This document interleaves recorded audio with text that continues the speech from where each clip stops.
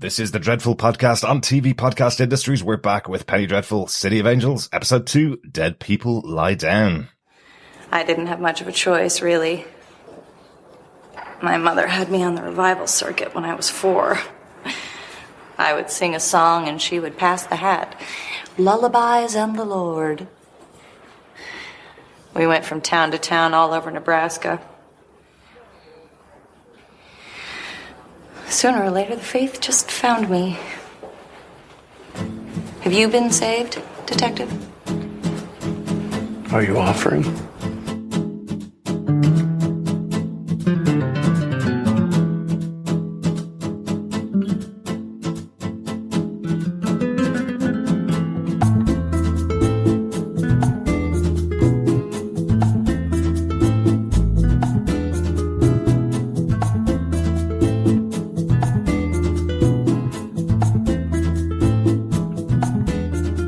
Welcome back, Dreadfuls and Penny Faithful. We're talking about Penny Dreadful, City of Angels, Episode 2, Dead People Lie Down. I'm one of your hosts, Derek. Hello there, fellow Dreaders. I am one of your other hosts, John. And rounding out the trio, I'm Chris. May the 4th be with you, fellow TV Podcast Industry hosts. Yes. Every time I hear that, I just want to, the old Catholicism kicks into me and also with you. Nice. Yeah, that's true. The old Irish person always kicks in with me and goes, no, it's the 4th of May. What's wrong with these people? But it makes more sense. Yeah, there was a little bit of the Force Ghost thing happening with Raul, I think, in this episode of Penny Dreadful as well. Do the dead people actually lie down? or are they stood up? Exactly. Yes, lots of people watching the brand new Star Wars film today. We're going to be podcasting about Penny Dreadful instead. Might watch the new Star Wars film. I have seen it once in the cinemas. Only time I've ever watched Star Wars once in the cinema. I normally go twice. Don't know whether that's an indication to my actual feelings of it or whether we were just very busy at the time. We were busy. Yes, we were busy. Yeah, but I think I'll give it another shot. I think I'll watch it again. Yeah. Oh, absolutely. Definitely. I think didn't we discuss the fleet of Imperial Star Destroyers, not really being very effective against the ragtag sort of, rebel force that came. That's because there were millions of them. I know. Yeah. Too many, crammed into a short space. Anyway, this is not our Star Wars podcast. This is our Penny Dreadful podcast, the Dreadful podcast on TV Podcast Industries. If you want to subscribe to the podcast, make sure you go over to tvpodcastindustries.com, where you can also leave us a voicemail with your thoughts on any of the things that pop up throughout this series of Penny Dreadful. You can also email us to feedback@tvpodcastindustries.com if you want to share any thoughts. But as I say, subscribe to the podcast to get our thoughts about each of the episodes as they come out. But let's jump into our discussion about episode 2 of Penny Dreadful, City of Angels, Dead People Lie Down. Once again, this episode was directed by Paco Cabezas. He directed episode 1 and 4 episodes from the original Penny Dreadful, and written by showrunner John Logan, who's written most of the episodes of the original series. He doesn't write every episode of this series. There are another couple of writers that will be coming on board as the series goes on. But we don't actually have a list of them because they're only released after each episode comes out. And so when you see the credits, that's when you know who's written the episode. And I do know in the future there are some other episodes written by other people in this series, so there's some other people going to be coming on board. So excited to see what they bring to the world of Penny Dreadful as well. Yeah, I think we can jump into it, or we can lie down and ease into it, like dead people. Like dead people, yes. Well, lying down and getting and easing into it, John, do you want to give us a summary for this episode? Sure. Raul Vega lies on the brink of death as his brother Mateo meets the charismatic Pachuco Fly Rico.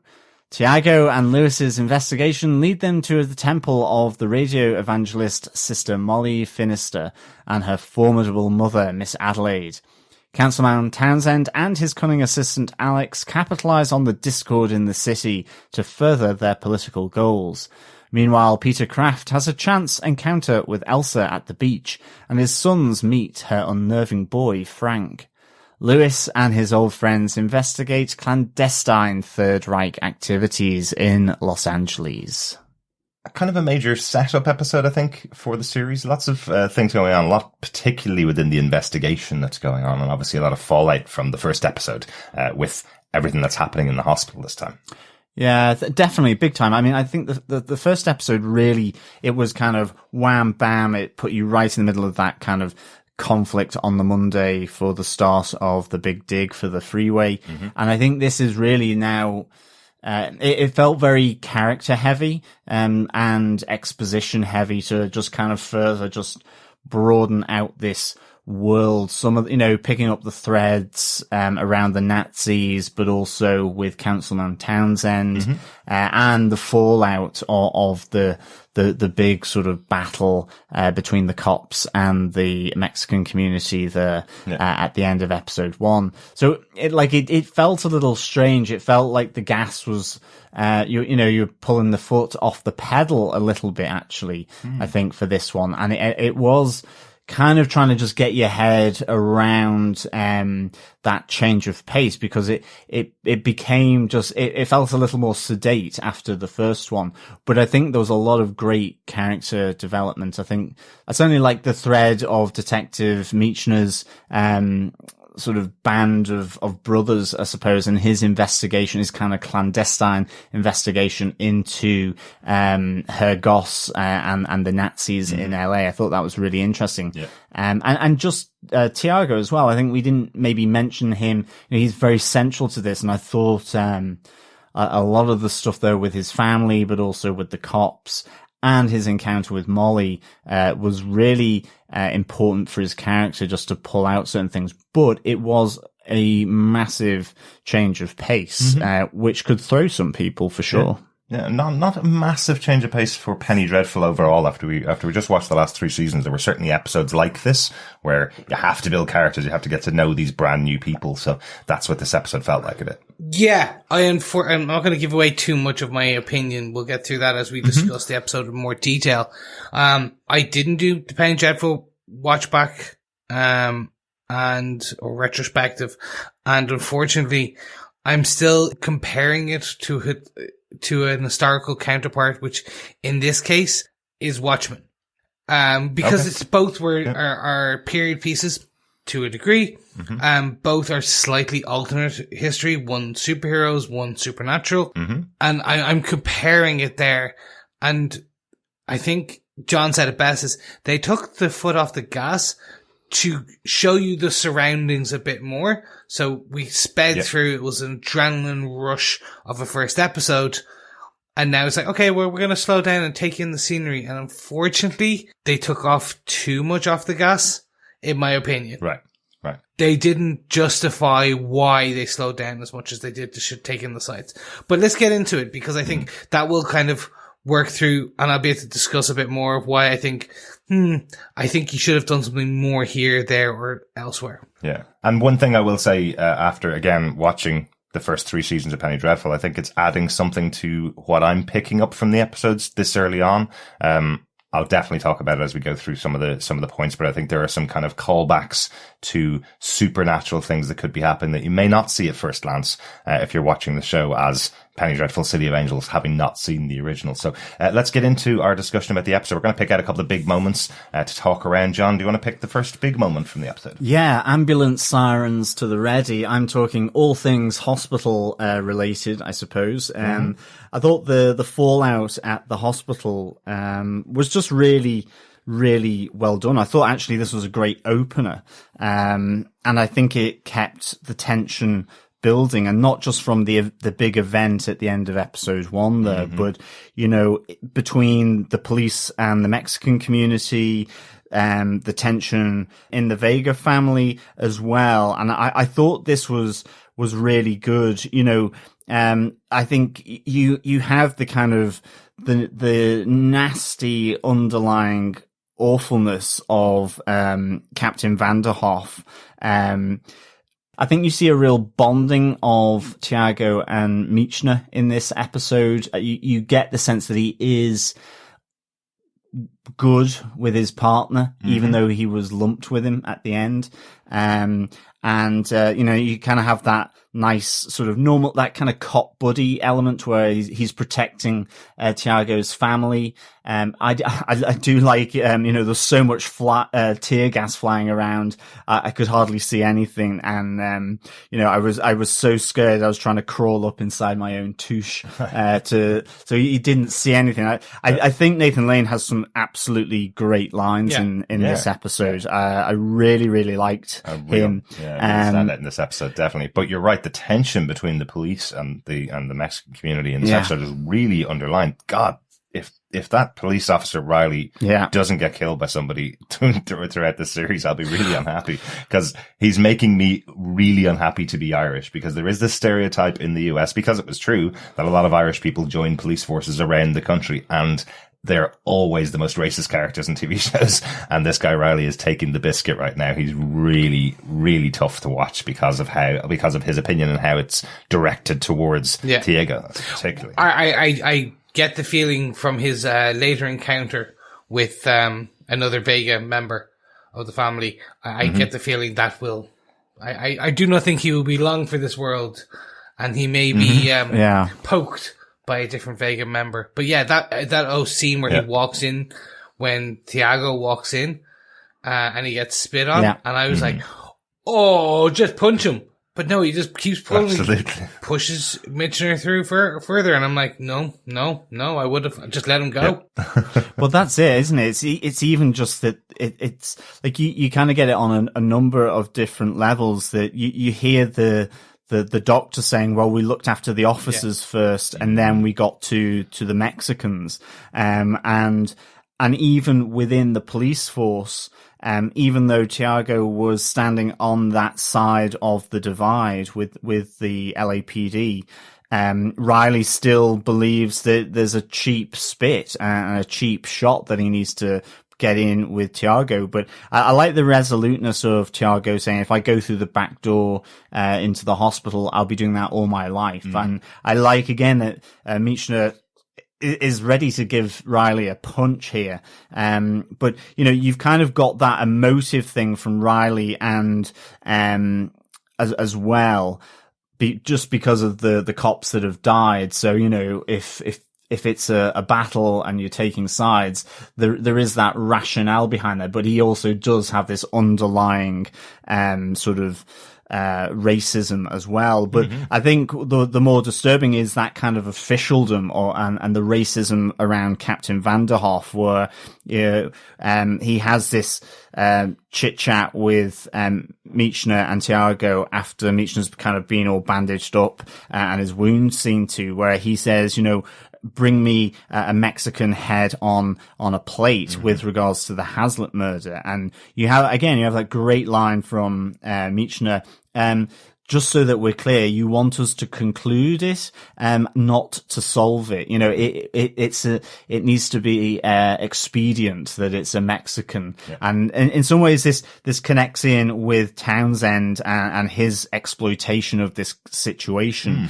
I even kind of like that Captain Vanderhoff, in a sense, he's so, angry, prejudiced at the Mexicans that with the Hazlitts, he talks about some voodoo ritual, which, is more Creole Caribbean. It's not even, I know that it draws from elements of Mexican superstition, but it's kind of I think it's a different thing. Absolutely, really. Yeah, totally unconnected. But again, it's just showing his racism. We get a number of moments of it. You even see how he treats Tiago every time Tiago responds to him. We see as he arrives and he goes, 4 police officers dead and nobody saw anything. And Tiago going to him, how many Mexicans? And he's like, don't even start with me, kind of thing. We're here to solve the police murders. We're here to sort out who killed the police, not anything to do with the Mexicans. Again, in that moment when he's talking to Tiago and Michener, it's Tiago that says to him, is it any Mexican's head that you want, or do you want the person that did this murder, basically, Yeah. And you see the look from the captain effectively going, just you stick out of this. This is police work. This isn't work for Mexicans, Yeah. There's so many great little elements that they have built into how Tiago and his family are being dealt with. You mentioned about the morgue where you have the crying woman over the dead police officer. And what Tiago sees out of the corner of his eye is a room where all of the bodies of the Mexicans have been dumped. Exactly. If you counted the bodies there, I think it's 6 bodies in that room. At least. And there's a number of other Mexicans who are fighting for their lives around the hospital. So many, many more Mexicans affected by this than police officers, but it's counted as 4 police officers. And it's even said at one point that the narrative that's being taken from this is the Mexicans started it. They cold-bloodedly killed these police officers. They're the ones that fired the first shot. And as we know, they didn't fire the first shot. The first shot was fired by a police officer. It's that officialdom of the narrative, but also, that plays into the fears or the prejudices of someone like Riley, and what Townsend is doing to the wider sort of middle class, upper class community in LA. I think, as well, just bringing it back to Riley with Mateo in the canteen at the hospital. Again, I just thought this was a great introduction to this character, Fly Rico. That image of the knife flicking and, Riley's pressing into Mateo's eye at the drink machine. It's disturbing, but I think it's a really good introduction for Rico.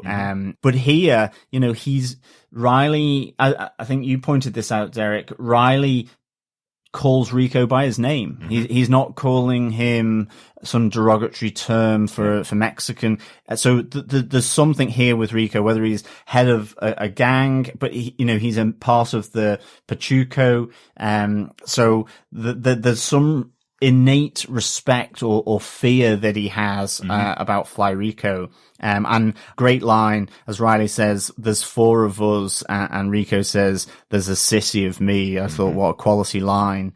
Really nice. And kind of, we don't see it in this episode, but effectively says to Mateo, well, you didn't scream. You're a Pachuco, come meet me at the Cat, which I presume is the hangout for them, the bar or club or something. So, I'm interested to see that, but I think as well, you see, Mateo breaking down there before Riley kind of comes to bully him effectively. And I think that just brings me to, the tension with the Vega family, this other aspect in the hospital. It's kind of that uncomfortable element where Tiago knows he was the one that shot his brother. Raul is literally only just alive on a ventilator. And has 2 days at most. And yet Mateo, goes, I saw what you did. He knows. His mum certainly doesn't, and his sister doesn't, but Mateo does. And again, it's this split here. And you have Maria sort of going into her Mexican culture and praying at the end of his bed, and you see the nurse then as well, sort of just saying it's unsanitary or unhygienic, and you're like, is it really though? Exactly. It's just really it's just distracting for the nurse effectively. But I do love that moment between Tiago, Daniel Zovatto, and Maria Adriana Barraza, where Maria's saying to him, "Look what they did to my son. Look upon what they have done to your brother," kind of thing. And you just see the look in Daniel Zovatto's eyes, in Tiago's eyes, where he's just kind of going, I hope she never finds out it was me that shot him, because maybe I will be kicked out of the family. It's a beautiful little just moment between the two of them. Yeah, I definitely. Think she's very much going to find out in the next couple of minutes at the beginning of episode 3. She is. Yeah. The Vega versus Vega is going to be interesting, because it was, in the beginning of this episode 2, they slightly changed the prophecy. So, or they didn't highlight it. So it was race versus race, nation versus nation, brother versus brother. So in the previously on Penny Dreadful City of Angels, they only highlighted race versus race, brother versus brother. Nation versus nation was left out. Okay. So it seems that they're picking it a bit further. So they'll zero in on which one of the part of the prophecy they want to highlight, in each episode. I do now see, poor little, Vega Jr., going off to this gang, and kind of splitting the family further. It will be him versus him.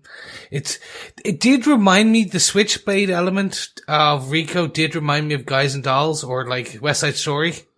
So it's like, ding, ding, ding, ding, like just kind of like gonna start like rap battle, not even rap, a dance off with the cop. Yeah. It's like, oh no, he's going to get us with his eloquent technique and pirouettes.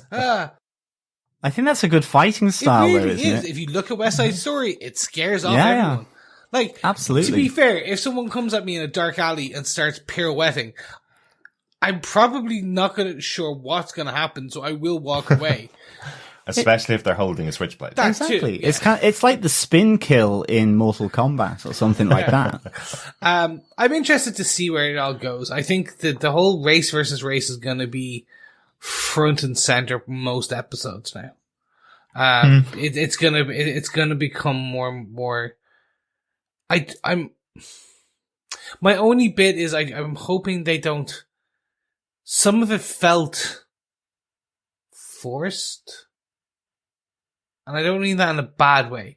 It's just we know that the captain already doesn't like Mexicans. It was established in episode 1.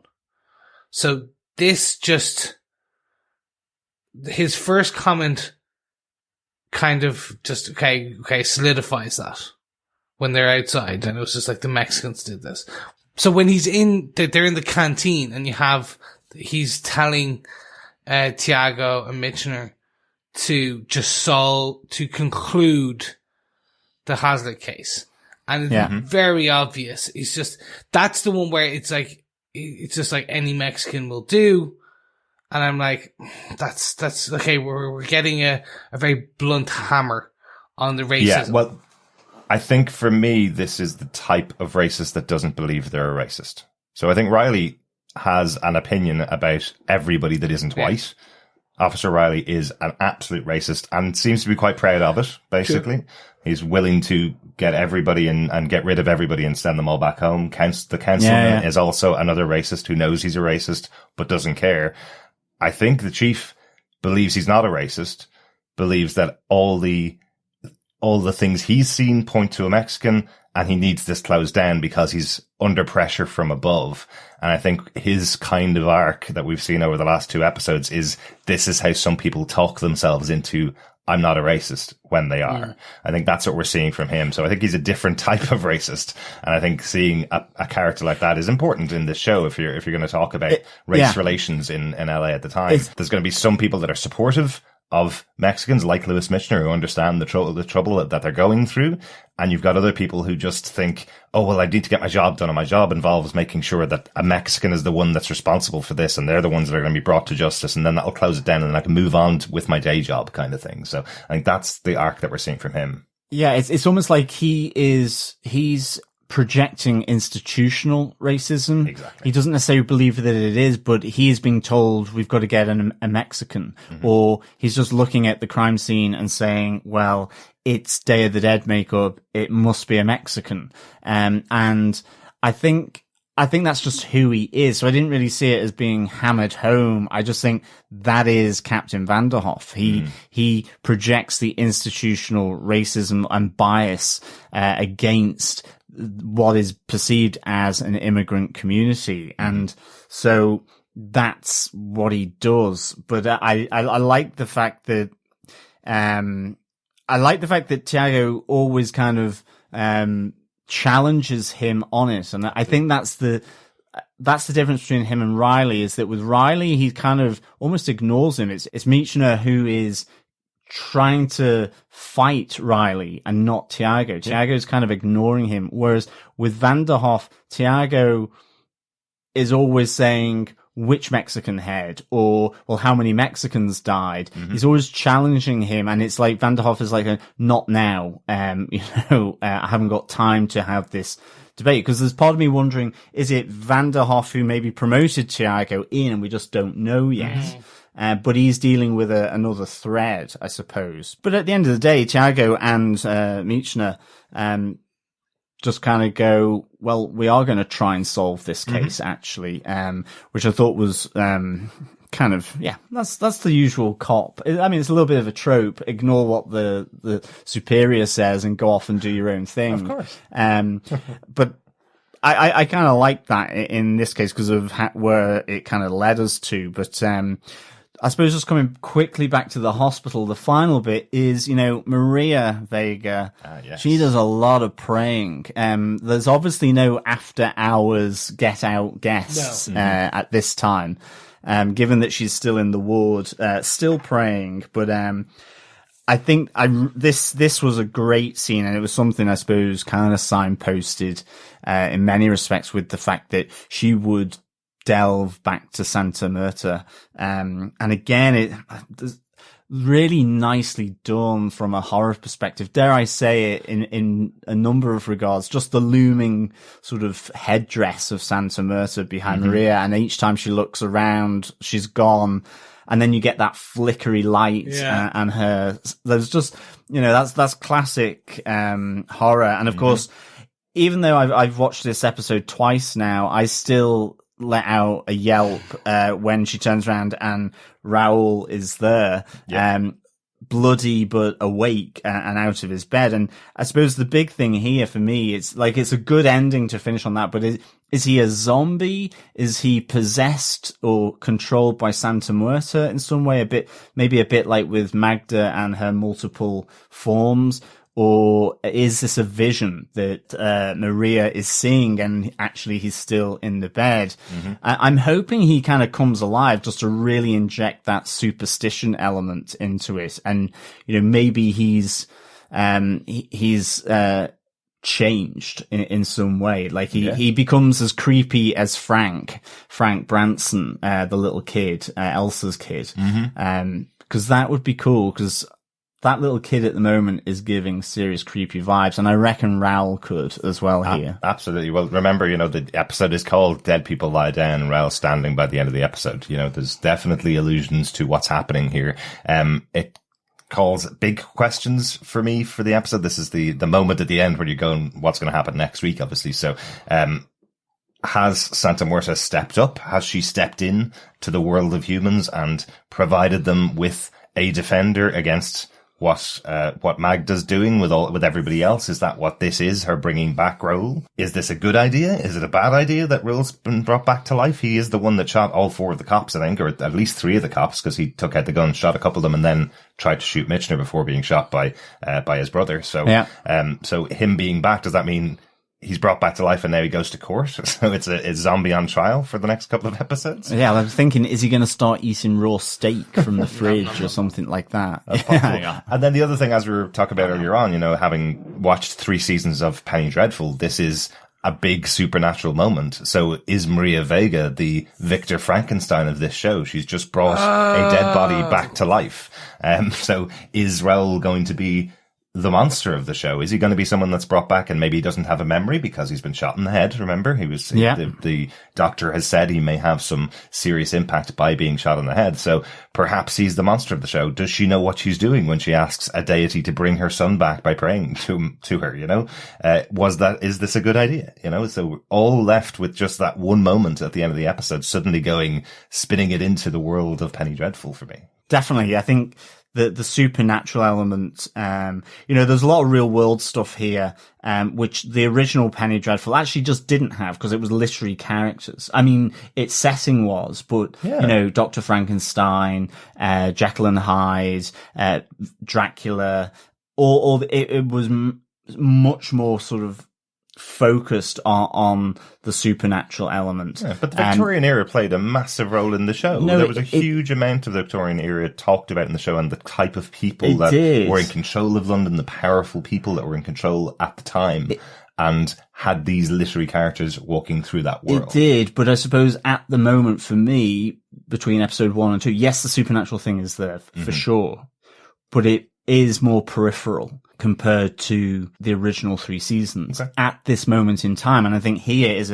a big moment, depending on how it's played, as to whether he is now alive, and Maria has that power to commune with the spirits for effectively to bring her son back from the dead in whatever form that may be, whether he is just alive and which is going to make it sort of awkward for Tiago, or he's kind of a slightly zombie, slightly off kilter, and maybe descends into a bit of madness.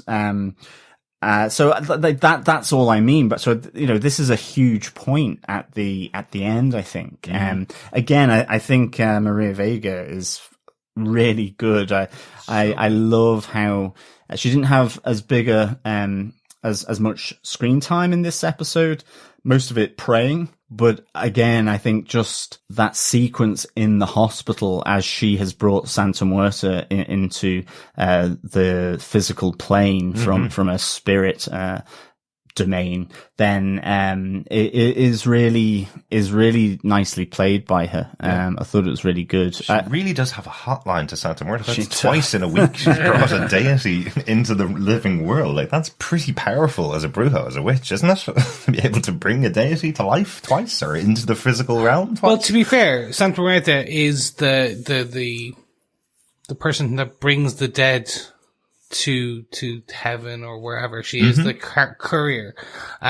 When Maria is lighting an open flame in a hospital ward right beside the oxygen tanks, well, very close to the oxygen tank, I was like, well, yeah, pretty much. You're just gonna, like, that whole ward now is going to be brought to need couriering, delivery. It's less unhygienic, more just plain hazardous. Yeah, exactly. Absolutely. I was like, that's kind of close.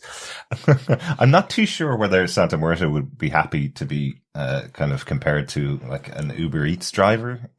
Yeah, she'd be licking her chops. As the courier of souls, you know? As the fireball rips through the ward, Santa Muerte's there going, yummy, lots of souls for me today.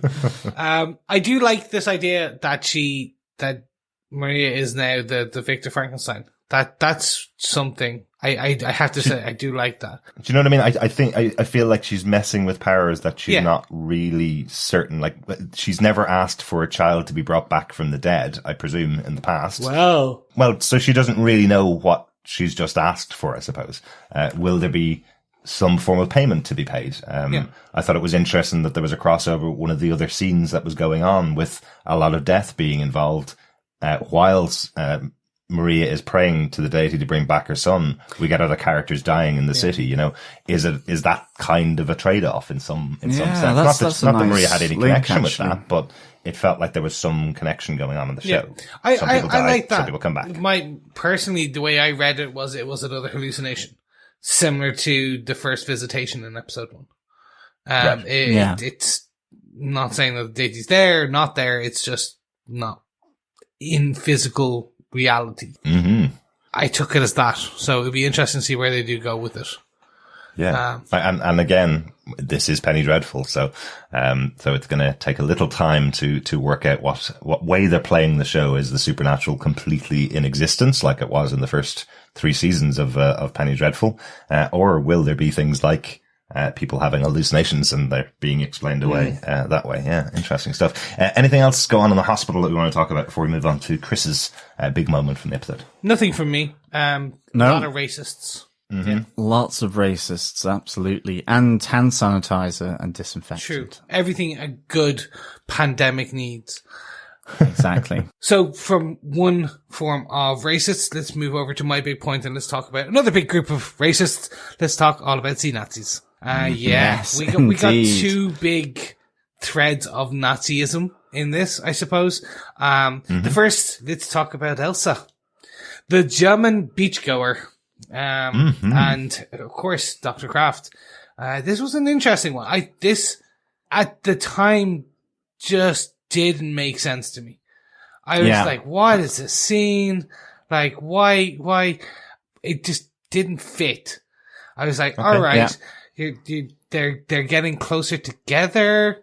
They're talking more about Berlin. And she's giving the sob story about Berlin and no food and how, her American husband had food and that's why she went with him.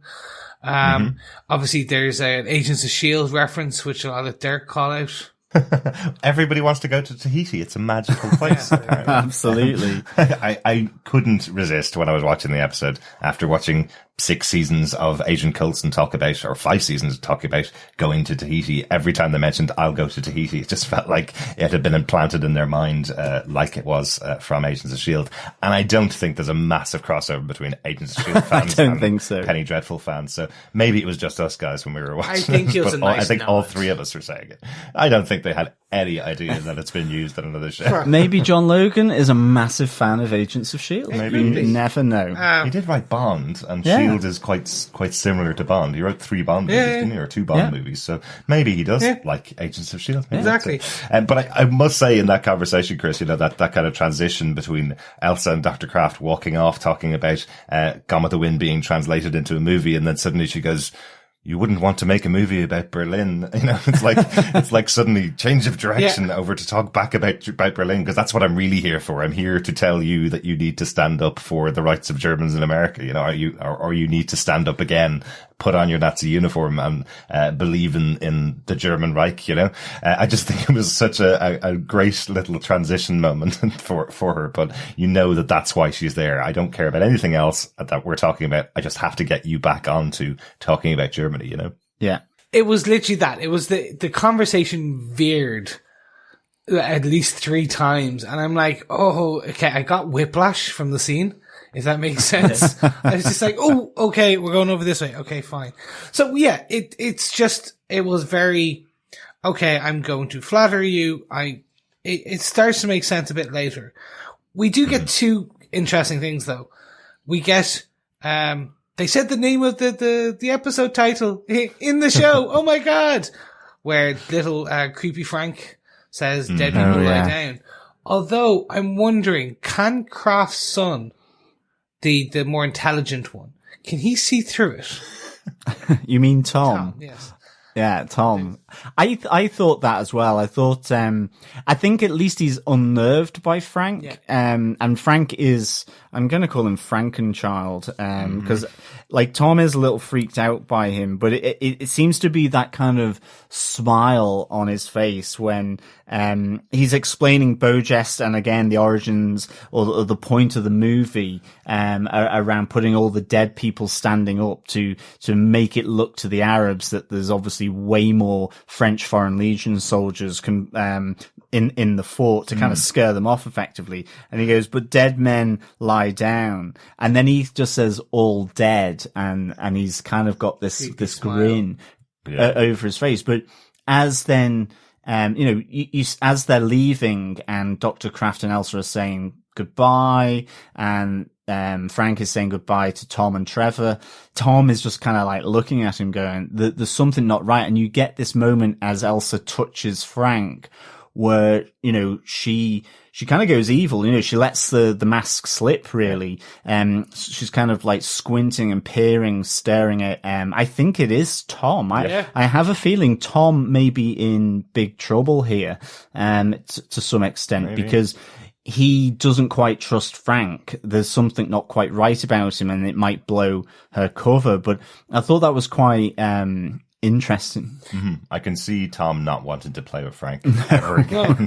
Just, that look on his face was absolutely priceless where he's like, uh-oh, we've got the weird kid. Can we get rid of him somehow? And remember, Chris, Trevor's not stupid. Trevor's just ill-informed. Exactly. I love that. Like, can you imagine your dad saying that about your brother in front of you? How proud you'd be that you're the smart one and your dad has told you your other brother is the stupid one. Yeah. You didn't learn anything. Exactly. You can imagine how happy you'd be. Well, Tom wears glasses, you see. Trevor doesn't. Exactly. Because Trevor's got the modern kind of swimsuit on for men, whereas Tom has still got the male bathing suit, which a few of them had. I think I could actually rock one of those on a beach, to be honest, because it would kind of just hide some of my imperfections of my body. Well, we are in quarantine like at the moment, my massive so beer we get gut. you a little paddling pool at the back, and we can have Costa del Harrison down the back, and just Costa del swimsuit. Costa del swimsuit in that. I like it.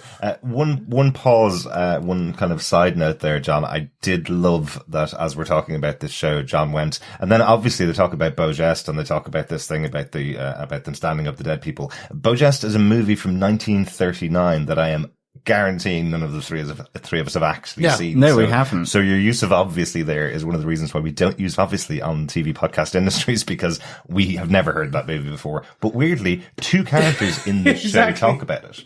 Lewis Michener talks about it with Tiago, which I thought was really interesting, that two different characters would talk about this movie that we hadn't heard of. It must have been a movie that came out around the time. It came out in 1939, but the show's set in 38. I'm sure that doesn't matter. There is a reason they're talking about this particular movie in the show. There has to be a reason why Beaugest is the reference point for two different characters at the same time.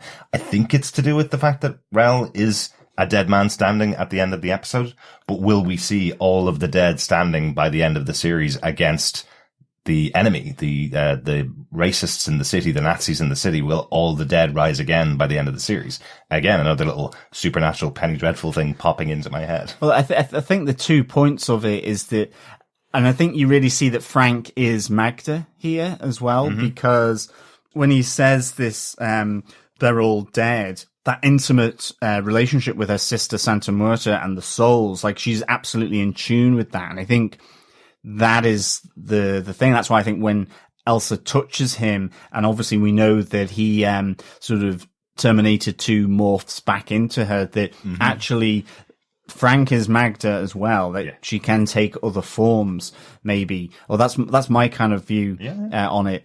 And it relates to Raul in that setting, whereas for Michener, what you're really getting is that he talks about it being a con. It's this illusion to the Arabs to stop them from attacking, because there's only 3 Foreign Legion soldiers left, and that's in the context of the Joyful Voices ministry, that they're being conned here from Miss Adelaide. But I thought, I suppose with the Beaugest movie, I've not necessarily seen it, but there's other movies where that kind of thing has happened. I think the one with Michael Caine in South Africa with the Boer War, whatever, like Zulu, that kind of idea of trying to show that there's more people than there actually are. And I think Carry On Legionnaires or whatever, don't they kind of don't they do that or something? I think well, one other touch from the Wikipedia entry about Beaugest that I learned was that the 3 people that are alive in the French Legion are all 3 brothers as well. So the 3 brothers joined together in the Foreign Legion in that movie. So another little thing from the Wikipedia entry, because I didn't get time to watch the 3 Vega brothers that may be a symbol. Okay, nice. Perhaps. I do think that's really interesting, but yeah, they did knock it on the head a bit. It's like, have you seen this film? Oh my god, it's about these dead people, and they stack them up, and then it's the exact same. I was like, okay, this is something that we need to research a bit more. Yes. So I did want to move it on slightly, because there is one additional point about Dr. Kraft that we need to bring up, and obviously Elsa is that she is not just a beach goer, she is a dream goer, an imagination goer, a goer just in general. We do get this scene, and now we briefly discussed it off air, so I want to see what everyone thinks. We'll put it out to the audience. So my take on this scene is that Dr. Kraft is essentially imagining Elsa there in place of his wife. That's how I took it, to be honest. Yeah, it's basically fantasy. He's starting to fantasize about her. He gets into it a bit too much through the fantasy, begins to asphyxiate his wife, who at the end of it does not like that, and basically says, "You don't do that to me ever again. Don't treat me like," I believe something along the lines of a slapper or a term from the 1930s. She's effectively saying, don't treat me like a hooker from the certain street where hookers would have been around in LA. I'm your wife. I'm not to be treated like that. Yeah. And for me, what instantly came back into my mind was one of the major characters, or the major character from the original Penny Dreadful. One of the central parts of her, I suppose, challenges throughout the 3 seasons is every single time she had sex, it ended off badly. The second time I think she had sex, it was a possession of a demon while she was having sex. So that suddenly popped up in my head. I was kind of going, maybe this is something else that Magda is doing. Maybe Magda has actually projected herself into the body of Mrs. Kraft, and she is actually there for that moment. Maybe that's what's happened here. Maybe it's not just his imagination. It's actually her beaming herself into into the body of his wife. So they are actually having sex for a split second, in his mind, or what's going on. It's another way to control Dr. Kraft, another way to push him towards leaving his wife and going with her, kind of thing. You know, it can be imagination, as you guys thought. It absolutely could be, but all I keep thinking the whole time is, this is Penny Dreadful. This isn't just a show called City of Angels. Yeah. So it's such a close reference to some of the things that happen throughout the original 3 series. You know, that there was that moment with Vanessa Ives having sex with Dorian Gray, where she gets possessed by a demon while having sex with Dorian Gray, you know. And with Mina's fiance that causes the first possession. And so I mean, sex isn't always quite as simple. It's very complicated in the Penny Dreadful world. I mean, although that said, the beginning of that scene with Dr. Kraft and his wife actually having sex, it was the most simple sex. Yes, exactly. That was, I was like, oh God. Yeah, while we were watching the very awkward. Yeah, we were watching the live tweet going on for other fans of the show at the time, and everybody, as the scene started, was like, "Oh, please don't show us that kind of sex scene on television. Nobody wants to see the unsexy sex scene on television." Absolutely. It's funny though when you say that, you know, it's absolutely possible that this is more than just simply Elsa in Dr. Kraft's head, and I think, when saw it second time, and I the first time I just thought it was a really great creative choice, because he touches his wife's hair and it's like a wisp of grey or light blonde coming into it, and then her features slowly change into Elsa, and I thought, okay, that felt maybe a little more, you know, almost like the evil cloud coming into her in that sense, you know, like you would see in Supernatural when they kill a demon, that kind of the smoke in a sense. So I just wondered whether it could absolutely be right. I wonder if the proof of the pudding of this will be whether he has scratches on his back the following day. Yeah. I did think that was very highlighted as well. The scratches of her nails on his back, you know, so that's not something his wife would do. So potentially if he was choking her. Yeah. So that was the thing. She'd be like, scratching, get off me. I thought this was interesting. Look, so I'm still trying to figure out where they're fully going. Like you said, is it just like rise the Nazi party up in America? Is it take your role as leader of the Nazis in America? Because we do know that already there is a prominent Nazi group with Gestapo in there, whereas Dr. Kraft seems to be more boots on the ground, public face of Nazism. Yeah, he's more the political party side of it than the Luger in hand, kind of boots on the ground army guys. Espionage, yeah.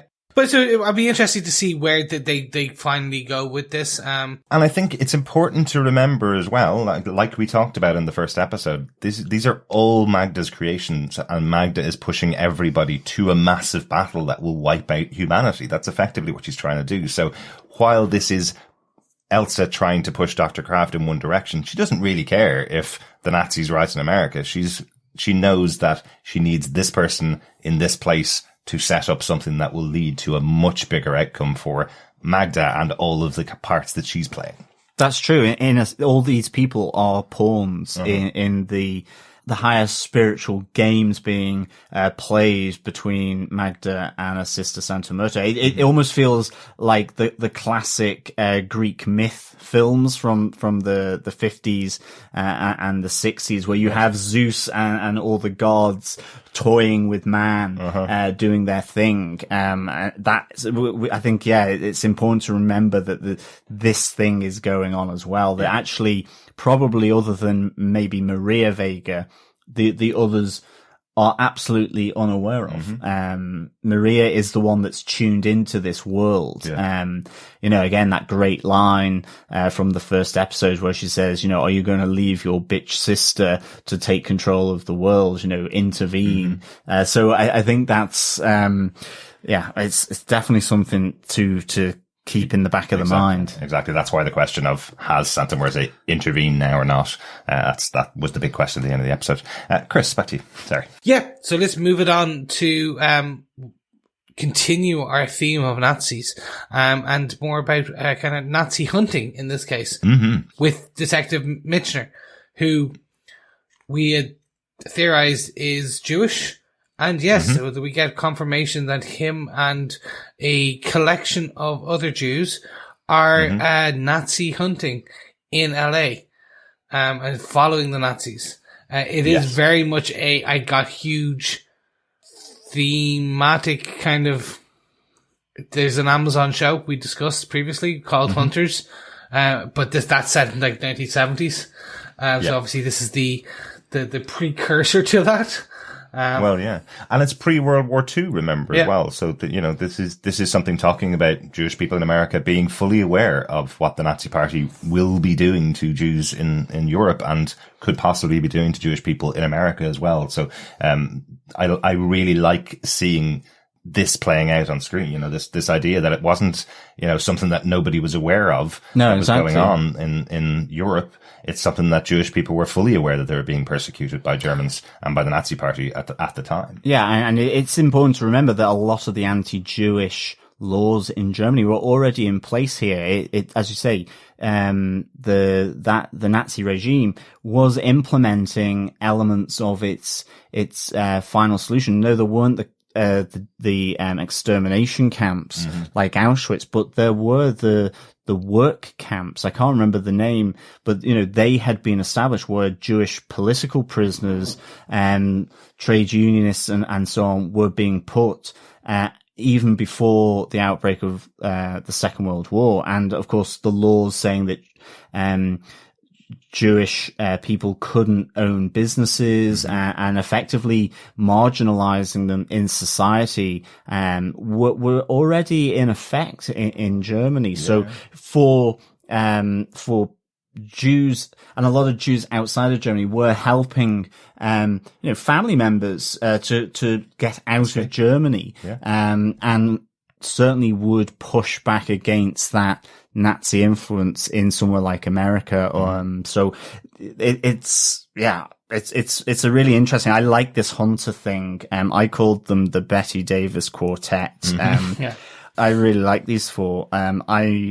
I wish this four had survived the night, to be honest, in the quartet, because I just thought their pitter patter in the car whilst they were sort of tailing her Goss was great. Yeah, and it's a shame that they don't, because the quartet becomes a double act very quickly. Yeah, exactly. I'm interested to see where they are going with this whole kind of piece of it, because we do see Michener tail this other new German kind of spy, and he goes back to Caltech, to the physics department, where there's explosive materials and hazardous materials available. And I'm like, I'm trying to do the math in my head, going, Manhattan Project was nowhere near at that point. No. So I'm like, where are they? What? Is that, again, back to Magda's see the world burn? It's like, is she trying to set off the atomic bomb like years earlier? Yeah, it could be, because the Manhattan Project came from something. It wasn't just a new, this idea of standing on the shoulders of giants, and it is a physics lab. So certainly it could be the theory and technology of nuclear fusion that the Nazis are trying to tap into from the American research base here. For sure. Absolutely. That's such a quick scene though. Like, we had to watch the part twice just to see if there was anything there from the kid as he goes into the physics department. We can't tell whether he's crying, laughing, frustrated about what he's being asked to do. It's a very, very short amount of time we spend with the kid, but I'm sure that's something that's going to come out in future episodes. But you're wondering whether he's being pressured into joining the Nazis and following them, just like the councilman was last week, using some of his beliefs to get him incorporated and working for the Nazi party, even though he may not want to go against America, But I love the scenes with these four characters, the Jewish hunters. I love just even from Richard Kind, who's the big guest star from the episode, the one that really stood out. I love him in the backseat kind of going, you think some retired, some old age pensioners like us are going to be the ones that are going to stop the Fourth Reich? Love the kind of pressure they're putting on themselves to be the ones, the saviors of Jewish people in America. I think it's a really interesting one. Yeah, there's a lot of threads in this episode. And I'm curious how they're going to thread them all together. And I think that's like, as podcasters, as we discuss these episodes, we usually try and find the themes to pull the review points together. And to be fair, I had to literally just kind of jokingly put together some Germans and the Nazis together to discuss two major points, because the threads really don't interconnect right now.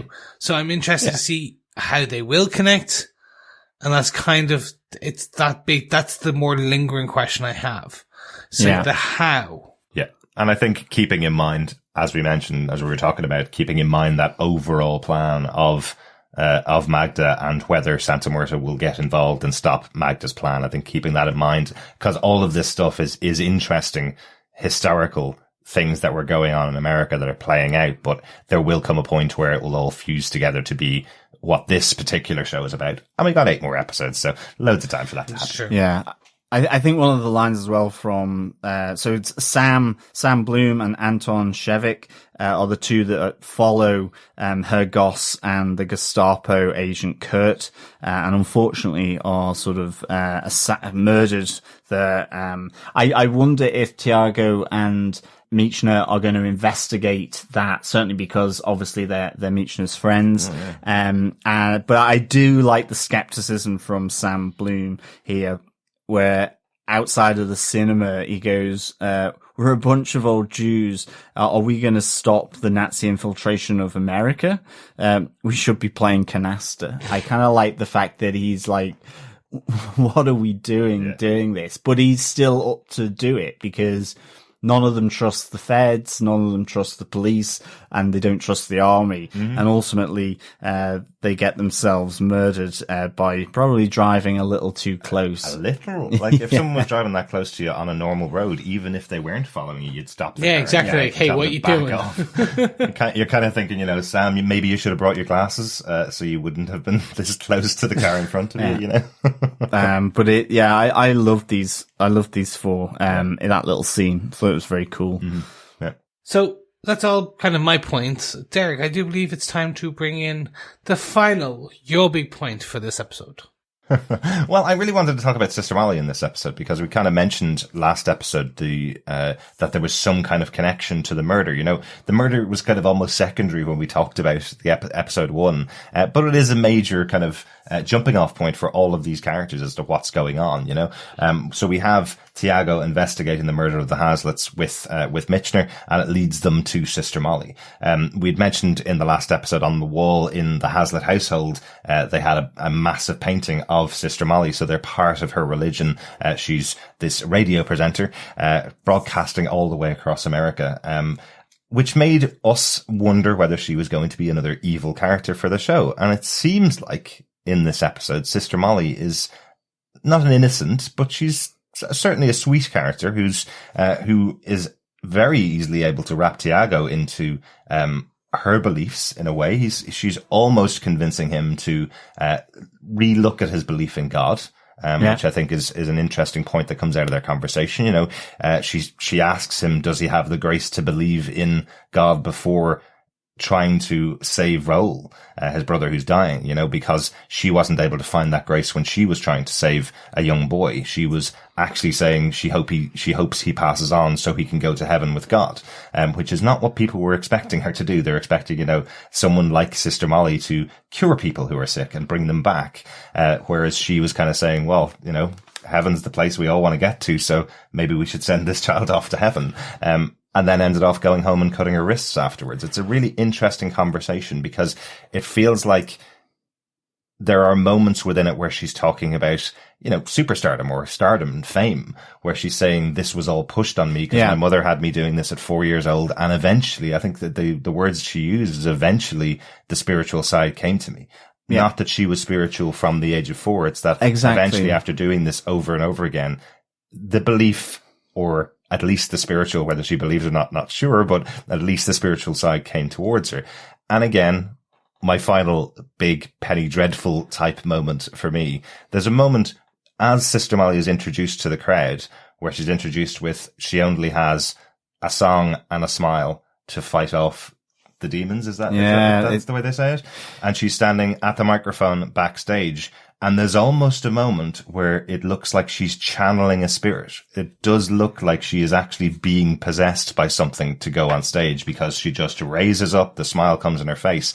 And I don't know whether that was intentional or whether it is because I'm watching it from the Penny Dreadful mindset, but I was seriously going, is she channeling an actual spirit into her body? Yeah. Is this another deity possibly that she is presenting to the world through her voice? Because she even says, and I know it's a very famous thing to say, it's a very famous person things to say. She even says to Tiago, my name's Molly. Sister Molly is the one on the stage. That's not me. I'm this person here talking to you right now. That almost feels like there's an actual supernatural element to Sister Molly. It could be. Yeah. I mean, I think we have to see a little more. I mean, definitely. In some respects, I was more in the WWE moment where you have the announcer. This was kind of like the Royal Rumble of church service, which I thought was fascinating because it would be how you would do it. I thought it was, like he says, your righteous sister Molly in our battle with Satan, armed with only a smile and a song, your own sister Molly, and then it comes on stage. But it was proper Royal Rumble sort of wrestler introduction here. I suppose she is wrestling with the forces of evil, so and darkness. But I like how that played for me, and it's a reason. It's a close to true story as well. The character is based on Amy Semple McPherson, who was a massive personality back in this time. She ran for a number of years. Some mysterious things happened to her that I'm not going to talk about in the podcast.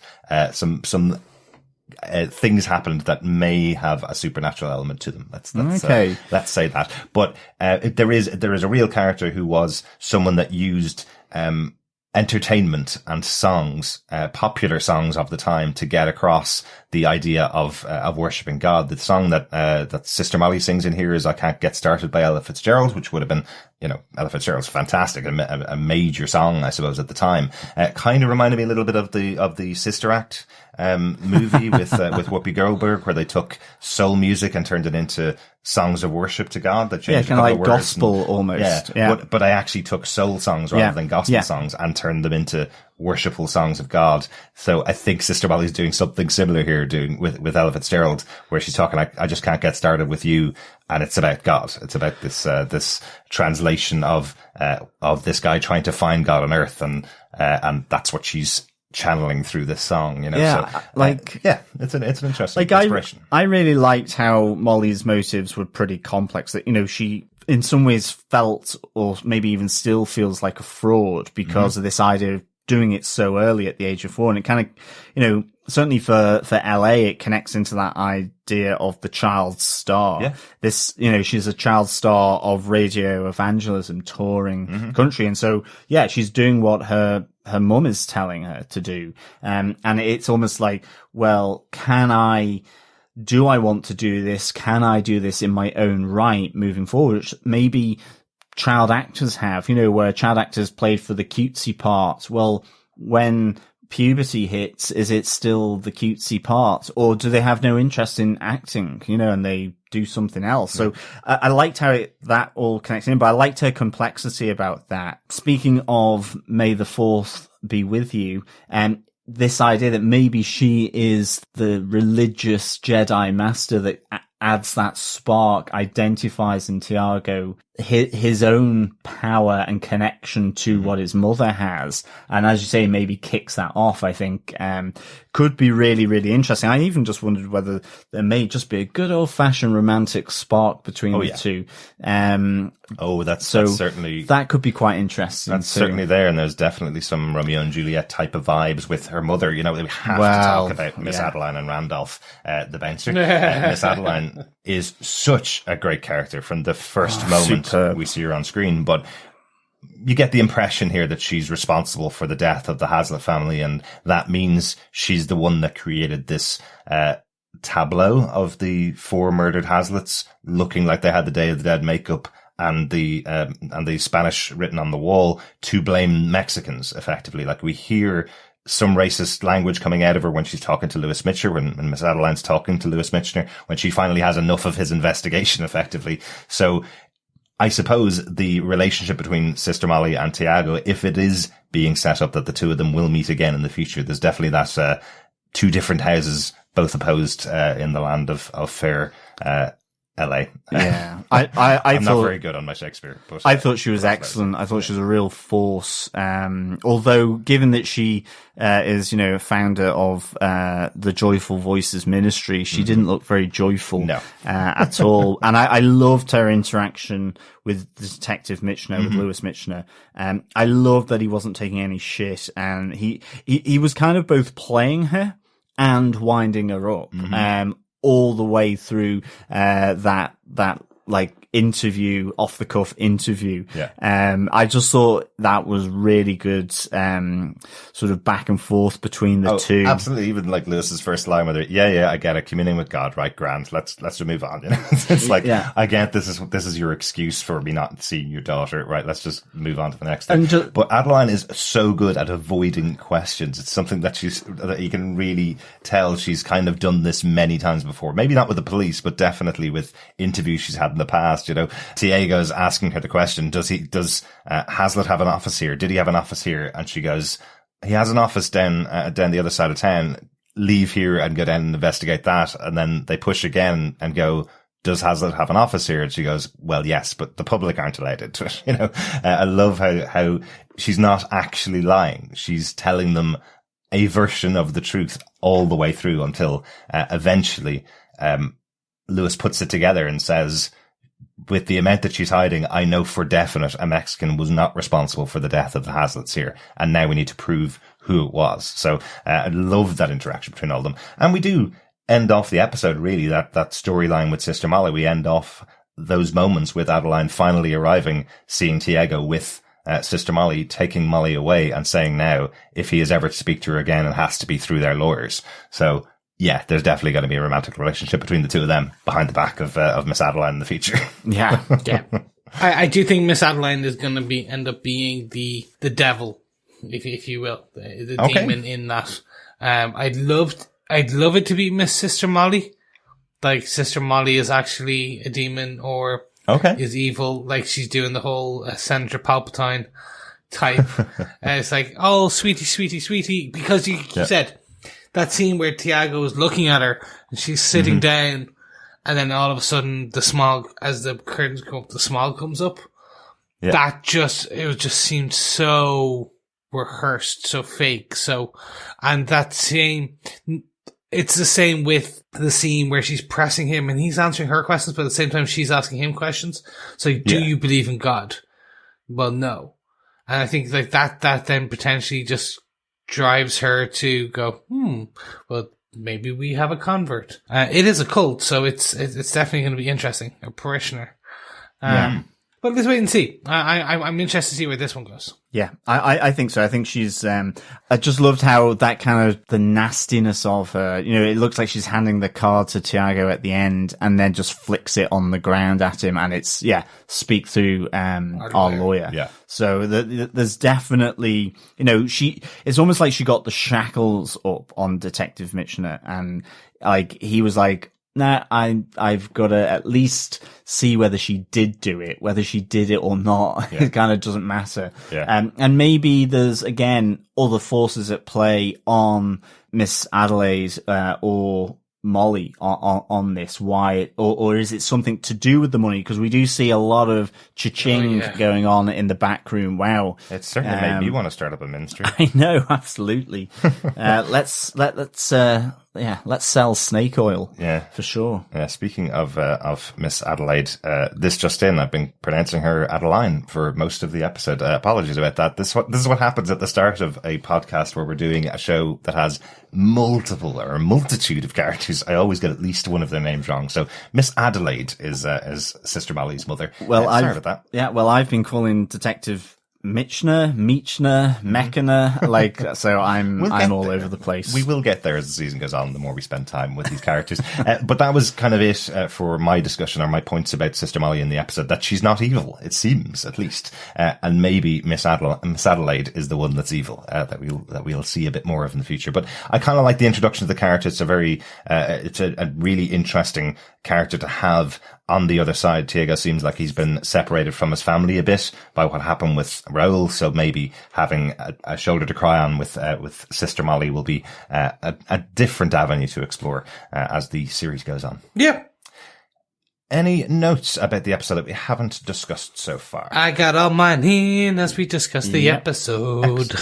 Excellent. Have to say, my favorite moment from the episode is probably the intro for Fly Rico. I really, really enjoyed his introduction, and it's another really interesting thing that I can't wait to hear about as the series goes on, a bit more about the younger characters in LA, and the younger Mexicans, the second generation or first generation immigrants that are living in LA and are American citizens, and I'm really intrigued to find out much more about those characters. I think we're going to explore that through Mateo and Fly Rico as the series goes on. Yeah, and also Fly Rico, along with Richard Kind, who plays Sam Bloom, were both in Gotham as well, that we covered. Yes. I didn't recognize Rico, the actor from Gotham, but I think he's one of the gang members in the final season. So a little bit of sort of touch points with some of our previous podcasting. 5 years of our previous podcasting, John. Actually, Richard Kind was so good on Gotham. He was hilarious and supposed to be very serious on the show, but I can't forget the 5 months he spent in a box on that show, because I'm not sure whether they could get him to come down to the studio to record his part, because he was doing loads of other stuff at the time, and they had him in a box, just kind of calling out words occasionally. Loved him on that show. Yeah, and that's why it's a shame he got bumped off, actually, by Kurt, the evil Gestapo person. My only other two notes were there was no real theme tune coming into this, so the first episode kind of brought us straight into the action, really, and I was thinking there may be an opening credit sequence, just because the theme tune from the first 3 episodes is kind of so iconic. But they've not really gone down that road. It seems that it's really just a very brief opener here, with not the same kind of opening sequence as seasons 1 to 3 of Penny Dreadful. So that was just something I kind of noted, because it was one that we didn't skip for the entire 3 seasons. We watched that opener every single episode. It's just so it's good. Interesting it's not there anymore, especially in a show that has no outbreaks either. There's, it's straight from, it's a straight 1 hour from when it airs to when it ends, so to not have a theme tune, seemed like an odd choice in the show. We've got quite a good, Joe Pekaski, who does the music for the show, is quite a good composer. So it's just a surprise that we don't have a theme tune. So really again, it was just something I kind of spotted.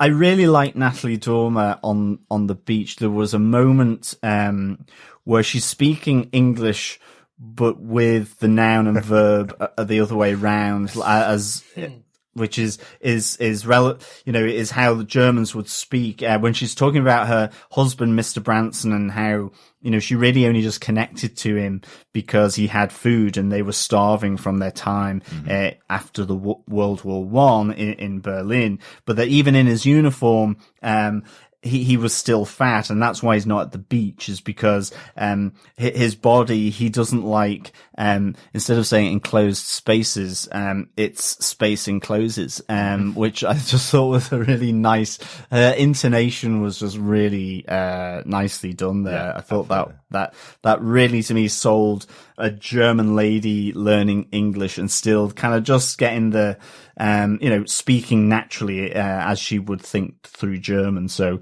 those little touches are nice, I think. I think after the two of us lived in Switzerland for 2.5 years, we lived very close to the German border, so we met a lot of German people, and their English is far better than my German, absolutely, without a doubt. But those little touches that both Rory Kinnear and Natalie Dormer bring out in an American or a German person trying to speak American English, where they're just slightly getting tenses confused, because German is a very straightforward language in comparison to English. We have a lot of it's very structured. Exactly. It's a very structured language in comparison to English. A lot of things that we say in English don't translate directly into German, but a lot of German words translate absolutely directly into English, but you need to flip tenses sometimes.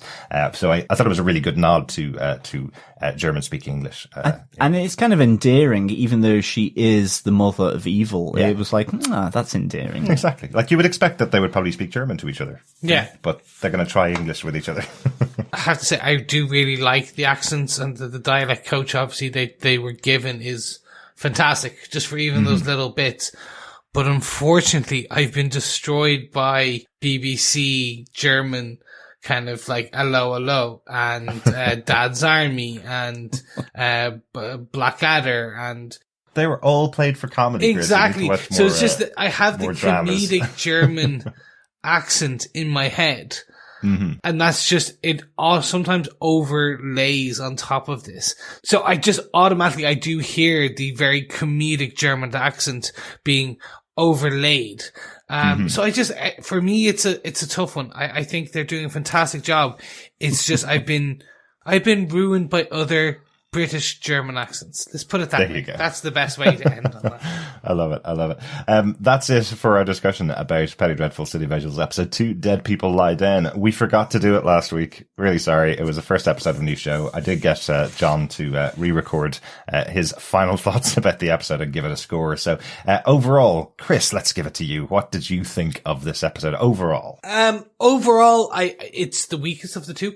Of course, there's two, so one has to be better than the other. No, they took the pedal off the gas. We sped through the first episode, and it was adrenaline filled. It was rush blood to the head. Any other themes I can kind of title tracks I can put in here? I think the word trope is what you're looking for. There we go. Thank you. It was almost like I forgot my own trope. Anyway. I think they went heavy on exposition on this, so I'm going to reserve a lot of judgment until I see episode 3. Yeah. If episode 3 is still at the same pace and same stopping to smell the roses, almost, I think I will start to get annoyed, or at least disinterested in some of the plot points. Okay. I want to see where it goes in episode 3. I'm reserving judgment. If we are stack ranking, 1 is better than 2. Right. Let's not stack rank. That's going to be really difficult to keep a track of as we go on through the episodes. 1 is better than 8, then it's better than 3. Then no. Exactly. It's one long narrative, right? So, yes. So let's see how it goes. So, John, what do you think of this episode of Penny Dreadful? In our battle with episode 1 and episode 2, I give this 4 Royal Rumble church service announcers out of 5. Interesting. Wow. Yeah. That's a bit higher than I thought you were going to. Yeah, I think watching it a second time helps. For sure, because I like the character development, and there's a lot of stuff. I think all the scenes in the hospital are just like a really great way of just in a nutshell capturing all these different tensions going on in the society, which I thought was done really well. Just from Tiago seeing those dead Mexicans in the closet room, and seeing, comparing that to the lady, the cop's wife, and how they were treated. I mean, even just the dismissal from the doctor, well, he's only got 2 days. Well, is that because he's only got 2 days, or, well, we need the ventilator for someone else who's more important? And also with the Vega family. I loved, getting introduced to the, Joyful Voices ministry, which certainly looking at the slapped face of Miss Adelaide, she looks anything but joyful. But With that amount of money pouring in. I know. She must be on cloud nine, but she looks anything but. This was great. I loved coming into that. I loved the skepticism of Louis Michener. I loved the interaction between Tiago and Molly, and seeing that maybe she's this more complex child star of radio evangelism than simply just a sweet cotton candy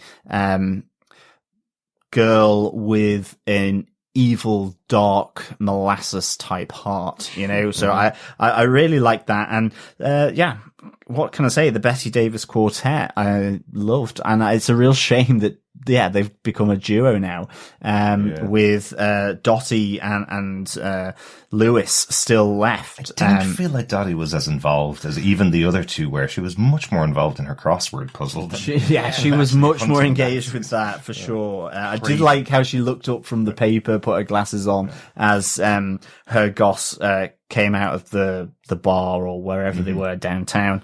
But, Craven is the 6th word answer. Yeah. And it did take the foot off the gas pedal, I think, a bit for me. And, it on first viewing, I was like, oh, I don't know about this. But second viewing, I kind of got into it a bit more, and I like the theme of this Bogest movie, kind of sort of threading its way into both the distrust that Michener has for the Joyful Voices Church, as well as, creepy Frankenchild, Frank Branson, and the freaked out Tom. I thought that was, really good. As I say, I think Tom's potentially in trouble, and I liked all that. I suppose the one thing maybe it's just because it's so kind of present at the moment with everything that's going on. But I suppose with Townsend exploiting the situation,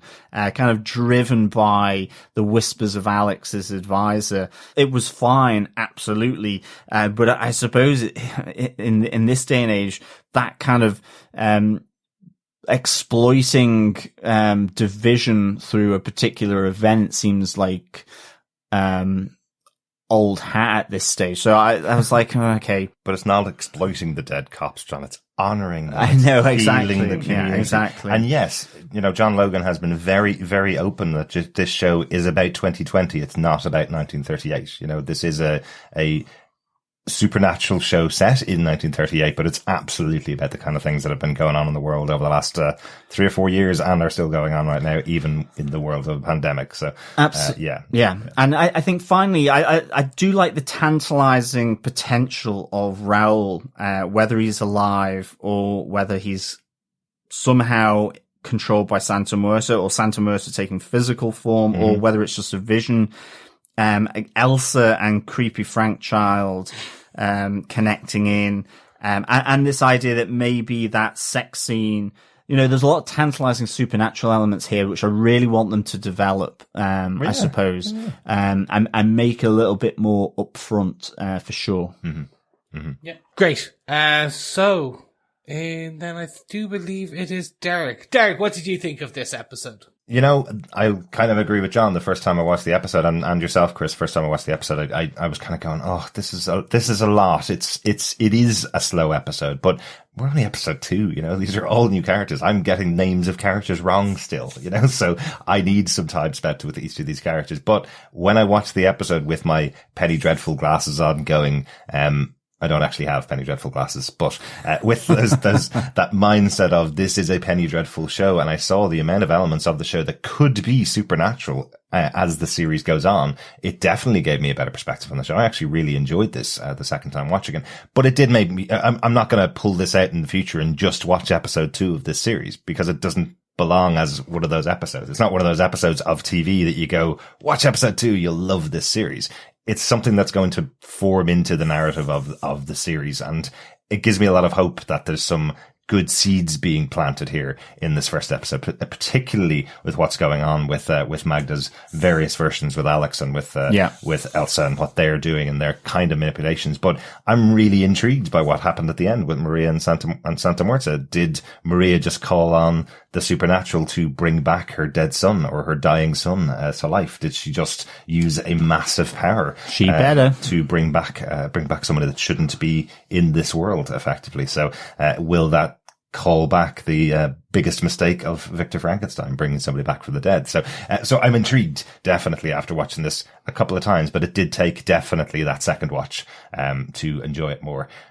So we'll see. I think when the series is complete, it's 10 full episodes. When it's complete, probably a watch through of the full show, knowing how it all pans out, will probably make a bit more sense of areas that we thought were slower, or I hope it does anyway. I've got a lot of trust in John Logan after the 3 seasons of the first series that he wrote. So yeah, definitely. I mean, just as well, I think I would have probably given it 3.5 out of 5 at the first watch. Right. But I think the second watch, and I always find with our discussions with me, you and Chris, that it just pulls other things out. So, that's a good thing. That's why we podcast. Exactly. Let's get on to your thoughts about this episode of Penny Dreadful. We're going to go on to feedback. If you want to send in any thoughts to us, we record on Mondays after the episodes have aired. Send in your thoughts to feedback@TV Podcast Industries, or join us over in our Facebook group where we put up a spoiler post every week on facebook.com/groups/TV Podcast Industries, and we'll give you a penny for your thoughts. There you go. I'm trying to work out a way to get the title of our feedback section, Penny for Your Thoughts, into our announcement of what's coming up. The first piece of feedback we got was an email from Jim Picanisco about episode 1. He says, I'm sure you guys are aware, living and having grown up in Pasadena, California, there are a few things I wanted to point out about this series. The whole freeway story is real. The Arioseco Parkway was the first freeway built in the US in the 1940s. It was also used as a plot point in the film Who Framed Roger Rabbit. The citizen unrest at the time was real. Also, when even more citizens were displaced from the same area about 20 years later when Dodger Stadium was built in Chavez Ravine. Another cross-reference for LA and race issues during the early 40s would be the 1981 film Zoot Suit. Just chatting though. Thanks for the podcast, Jim in Pasadena, California. Thanks so much for your email, Jim. I know I was aware of the Arioseco Parkway, just purely because I'd seen that interview with John Logan where he talked about this whole idea of displacing citizens around America, forming areas that of racial tension within various cities. So I was aware of that, but I completely forgot that it was part of Who Framed Roger Rabbit. Yeah, me too. I absolutely remember that the road being built into Toontown in that movie, but it's been quite a while since I've seen it. I do want to watch it again though. Would it be on Disney Plus? No, it won't. Probably not. Probably not. And it's interesting, the idea of history repeating itself as well with the Dodger Stadium, as you mentioned there, Jim. So yeah, really good. I've never seen Zoot Suit, the film from 81. So thanks for giving us direction in that way. Absolutely. But the Pachucos are Zoot Suit wearers. You probably saw Fly Rico in this episode being a very cool guy just dressed in his regular outfit. So the Zoot Suits will be coming in to this show as the episodes go on. Thanks so much for joining us, Jim. That's really thanks, good. Jim. Hope you'll enjoy the podcast and join us for the rest of it. Yeah, thank you so much, Jim. It's great to have someone from the actual area with all these nuggets of information and history, so please send them on. It's great to have you. We also got a message over on Twitter at TV Pod Industries from JT Wilkins, who said, I feel like Tiago isn't able to see Magda when she's in her true form, but if he were to meet Alex, Elsa, or Rio, he would be the only one to notice the similarities between these women. Yeah, that could be it. I'm starting to feel that there's definitely going to be someone's going to have to be able to connect those dots, and most likely it will be Tiago, the marked Santa Muerte man. Yes, you're wondering whether she's imbued him with some kind of power, with that mark that she's placed on him, whether he will be an agent of Santa Muerte in the fight against Magda, or whether she cares at all. Yeah. You know? Yeah. At the end of the day, the reason why Magda's saying Santa Muerte doesn't care about this battle is because, well, she's providing all of those souls for her to take onwards, and that's her job. So yeah, I'm really like the idea though, JT, that this could be something that he's been imbued with, that he has the ability to see through those lines. And, you know, how will he be in a situation with all of these versions of Magda, or many of the versions of Magda in the future? Because right now he has no connection with the Councilman, and he has no connection with Dr. Kraft at all. So perhaps he'll see them in the future. Yeah, and with the pressure from his mother Maria, and also now this newfound relationship with Molly, will he be spiritually awakened so that he can allow the force of Santa Muerte's touch to run through him? Definitely, and I hope no metachlorians involved on this one. Yeah. Thank you so much, JT. Great for hearing from you. We also have one final piece of feedback, which is a voicemail from the one and only Steve Brown. Hey guys, it's Steve. Wow. What a great second episode. And that ending, just makes you want to wish you could go immediately to the next one, of course, because, just seeing Adam Rodriguez up and standing, whether he's alive, dead, I don't know, just really, really great. The scenes with Natalie Dormer, playing Elsa, and then of course the transformation when, Peter Kraft is with his wife, obviously was weird, and, little Frank with the title of the episode, you know, was another great moment there shared by him and the other boys, and, just a lot of good stuff in this. I think, I want to say that Molly, the character, seems genuine, and I really hope she is. I hope they don't follow the trope. I mean, obviously her mother looks like her mother's definitely, into something more than genuine, helping people, but I'm hoping the character of Molly really is, kind of, wanting to help people. And, the rampant racism 80 years ago in Los Angeles, you know, it didn't change. It's terrible to say, but there still is a certain level. I mean, it's getting better, obviously, but, there's still that rampant, kind of racism towards, the Mexican American population and others. But, that scene with Riley and, Fly Rico and, Tiago's brother, I don't remember what his name is now, was a tense scene, but you see that Riley is just kind of a bully who's going to back down when he's pushed. Anyway, I'm going to try to watch it again before next week, but, can't wait to hear what you guys thought of this one. Talk to you later. Excellent. Thanks so much for that, Steve. Yeah, you know, that scene particularly with Fly Rico and Mateo, and Riley, I really did like that scene because it feels like you actually do have somebody that's able to stand up to these racist bullies in the city, because at times it's just surrounding Tiago so much and he feels so used to it almost that I think you mentioned it earlier on in the podcast, John, that he's just willing to kind of let it pass by him. Even when he gets spat in the face, he just walks on because he's so used to it. And it's kind of nice to have a character like Fly Rico introduced here to say enough's enough. And he doesn't even say anything. All he says is, I want a bottle of pop. But it's enough to make these bullies back down and walk away because they don't want to start anything. So, and the flick knife. And the flick knife, but they didn't say anything. He just opened the flick knife. But it's enough. Yeah, really, it's really good to see something like that in this episode. I would let someone to the drinks machine if they pulled a flick knife on me. I'd be like, okay. Yeah. It is a real shame that obviously the racism that was there present in 1930s is still evident in the US, but yeah, I'm glad it is getting better in a lot of circles. But yeah, sadly, there are still evil people who believe they're better than others in the world. So yeah. I think the Riley Fly Rico scene was excellent. I loved that for sure, Steve. I think too, I'm hoping Molly is the genuine person that she comes across in the kitchens of that I suppose soup kitchen or whatever it was. But and certainly I think Miss Adelaide is, you know, the evil part of that kind of relationship. There's other things going on there with her.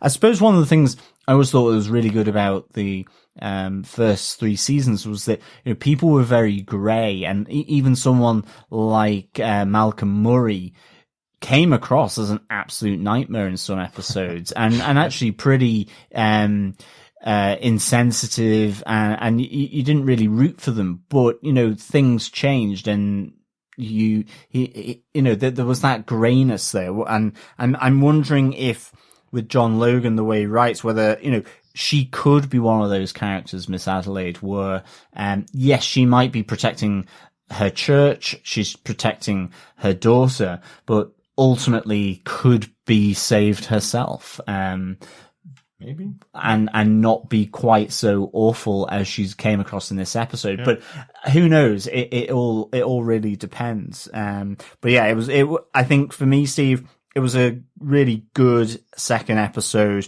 Certainly after I'd seen it a second time, I kind of just connected in with it a bit more than on initial viewing. But yeah, thanks for your thoughts, Steve. Absolutely. Thank you so much, Steve. Really appreciate it. But gentlemen, hark, I do hear some music and some bells, and it's about time we go down for the dreadful pub quiz. Yes, indeed. Welcome back to the Repertorio Musical Mexicano. Instead of a tequila this week, maybe grab yourself a hip flask if you're drinking alone, and join us for a bit of instrumentos, I think, this week. Do you remember, guys, we used to go to pubs for pub quizzes. We didn't just do them on the I know. Because it does feel like much more that you're going to be grabbing a hip flask at home rather than going and grab a tequila in a bar, right? So, well, you'd take the hip flask in to the pub and just order a Coke because it was cheaper, and pour the vodka or the old whiskey in. Yeah. Or even one of the naggin bottles. I do remember those days. Student days. Buy the soft drink. Although probably these days you would actually take in the soft drink and not the shot because they're so expensive. As we say, Irish up a Coke. There. Yeah, Irish up a Coke for sure. But yes, this week's question from episode 2.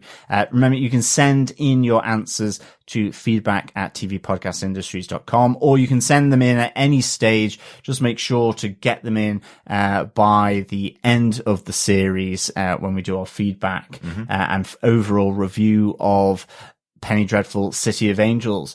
But for this week, the question is, what book is Dr. Kraft reading that is soon to be adapted into a film, and which Detective Michener and his friends are discussing as they tail her goss? Yes, what is the name of the book? And of course, you can give the author as well. Yes, lots of clues in the episode for that one. I think these have been pretty good questions, these last two. Feels like you've been practicing pub quiz question writing. I have on lockdown. Yes, maybe I can do my RuPaul drag queen pub quiz questions that I did for one of the quizzes. Maybe if we're covering season 13 of RuPaul's Drag Race on TV Podcast Industry, you possibly could do that. It's certainly sparkly. It certainly is. Chris, how many pub quizzes have you done over the course of the last couple of weeks? Too many. I'm not even gonna make a joke about it. I'm just like, too many. At this point, I'm gonna be quizzed out, but not a dreadful pub quiz. They're the good ones. They're the ones I want. It's well paced, the dreadful pub quiz, for sure. It certainly is. We could go on to dreadful bingo or dreadful murder mystery in time. Clued up. Maybe. Clued up.